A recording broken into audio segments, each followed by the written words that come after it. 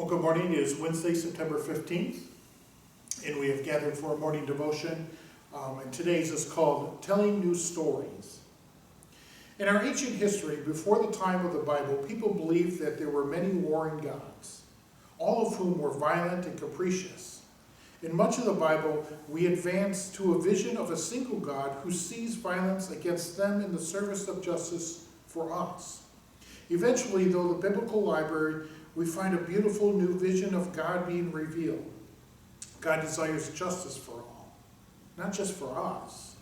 God is leading both us and them out of injustice and violence into a new way of reconciliation and peace. God loves everyone, everywhere, without exception. Violence like slavery and racism were normative in our past, and it is still too all common in the present.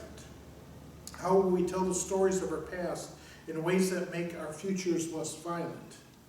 We must not defend those stories or give them the final word, nor can we cover them up, hiding them like a loaded gun in a drawer that can be found and used in harm. Instead, we must expose those violent stories in the light of the day, and then we must tell new stories beside them. Stories so beautiful and good that they will turn us toward a better vision of kindness, reconciliation, and peace for our future and for our children's future. The story of Jesus' life and teaching, wisely told, can help us imagine and create a more peaceful future. They help us to see the glory of God shining in the face of kind, forgiving, gentle, and nonviolent people, and in the smile and tears, words and deed, those who radiate his love. And so what Brian is suggesting is that, not that we necessarily tell new stories, but we acknowledge the stories of the Old Testament, the violence of the Old Testament. And we acknowledge that as past history. And we move on. It's kind of like today with the whole cancel culture thing, which, just makes me want to gag. But, statues are coming down because, we don't need to celebrate these people.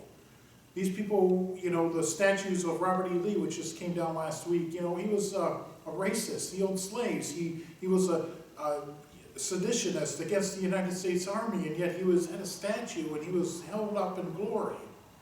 And so we took it down, and it's placed in the proper place where history can be acknowledged, but it doesn't need to be glorified. And so he's saying that as well here, that our history as a violent God in the Old Testament days needs to be acknowledged. But we tell stories now of God's love and God's grace. Knowing that this past has happened and has affected the way that we look at the future, we don't forget it, but we move forward. And we say, here is our God, the God of love, the God of nonviolence, the God of reconciliation, the God of peace, the God of love, the God of joy, the God who calls us and chooses us, the God who loves us unconditionally.